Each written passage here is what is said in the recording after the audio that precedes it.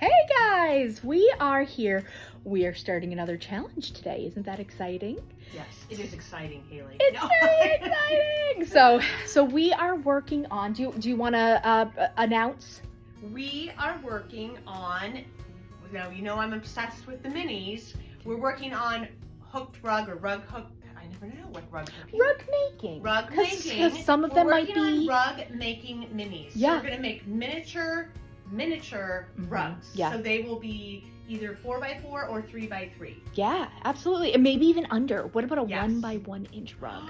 That might be just look silly, but it's try possible. I might do a 2x2 because 2x2. I'm in love with the 2x2. Yeah. So I might do a 2x2. So we are saying rug making because it could be rug hooking, it could be punch needle. I think that'll be like the primary, but Liz, of course, she's gonna show us some of her amazing stitching with it. So they're gonna be like mixed media, but mostly rug making. And this is also part of something that Liz is going to be teaching. Is it okay if I talk about that? Oh, that's fine. I mean, is it okay with the whole thing? Of course. Okay, yeah, so tease it a little. Yeah, so we're preparing materials because Liz is going to be teaching for a program that called In the Studio Online. It's all online programming geared primarily towards rug hookers, but there are some other types of fiber art that people are going to be teaching as well. It's a whole list of, what would you say, like 12 to 15 teachers? Yes, and really, even if you're not a rug hooker, I think a lot of the classes to me seem,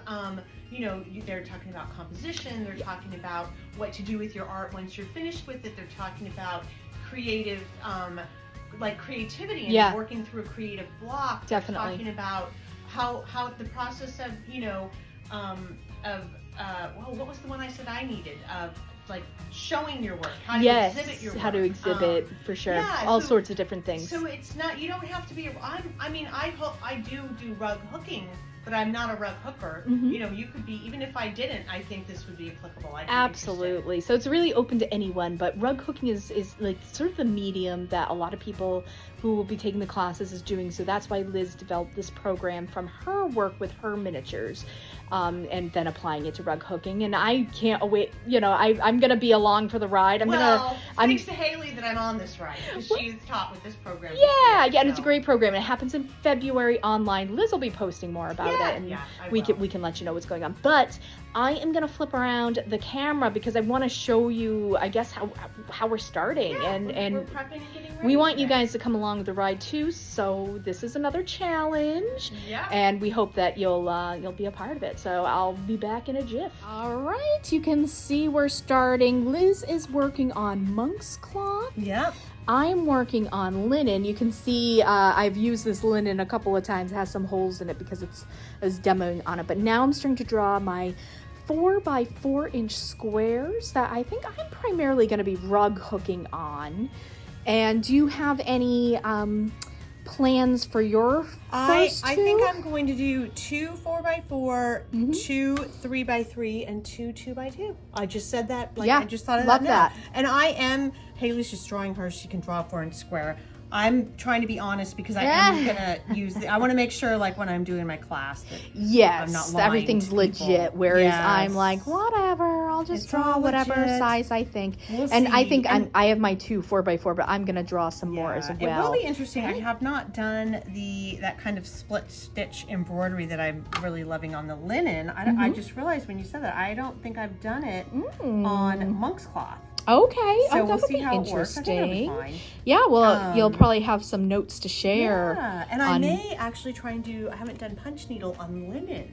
Okay. So, but I have another piece. I can try that on the other abstract piece. I think. Sure. Oh yes, you have some other abstract work you're doing. So I guess the other thing that maybe for people who want to do their own minis. One thing that I don't want to like spill everything you're going to be talking about. No, go, spill. The size of the material, I think, is going to make a big difference. Like, I guess, so I use, we've come over, here's some of my stash. So, what size of the material you're using to hook with or to punch with or to stitch with is going to make a big difference because I hook so chunky. I have a lot of stuff like this. Now this is really thick. It's like a number 8 or a 1/4 inch wide, and it'll fill in a 4x4 in a matter of minutes. So, you know, picking what size wool that you use, this is again a number 8, the 1/4 inch strip that I primarily use. I might want to jump down and use some things like this, which is a little smaller, use some smaller yarns in there, but also, you know, use some bigger stuff, but maybe use a combination of things, because, you know, these are going to fill in just, like I said, a matter of minutes. So, Yes, so you really have to think about, you know, what it is you want to use in here, because it's going to make a big difference.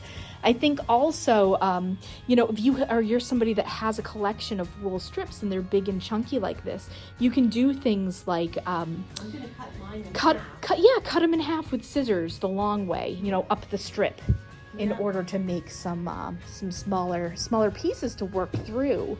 And yeah, it'll just be really interesting. I can't wait to see what you do, because you do such fine stitching, and how you are going to, you know, like, incorporate that with your rug hooking. Yeah. Oh, I know. We'll see. I don't know. Yeah. I know. I'm excited. No, I'm very excited for this too. Yeah. And you know, I love getting through a project, so I just love the idea of doing these smalls. Oh yeah, it is so satisfying. I'm obsessed. Yeah. And I will also, I think, you know, I'm starting off doing this many, and I may do a lot more, because what I think is going to happen is I might have some that are primarily rug hooked for samples, and then I'm going to want to start doing some other things. Yeah, and there might be, I mean, I'm sure not you, because everything you touch is amazing, but I think like with mine too, like the more you do, like some might be some real humdingers and some might be some magic. So, you know, you can do these fast, and if some come out not that great, that's all right. Put them in the pile. They're a learning experience, and move on to the next one. And that's what I've always liked about. Incorporate. We saw this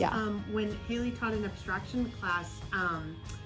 Somebody took something they made and they cut it up. Yes. And it became magic. It was kind of like, they were like, oh, I don't really like this. Right. And like, wah, wah. They took the scissors to it. Then they took the scissors to it, and it was insane. So maybe it would be the opposite if you make a bunch of minis and put them all together and make a composition of your minis. That's a very good point. Very good point. That so would be something fun nothing is ever wasted. No. Yeah, and even if it's just through learning, or you know, through putting together and transforming into something else. Oh, I have another thing here. This is going to be great. This is some thin, thick yarn I just started carrying from Universal.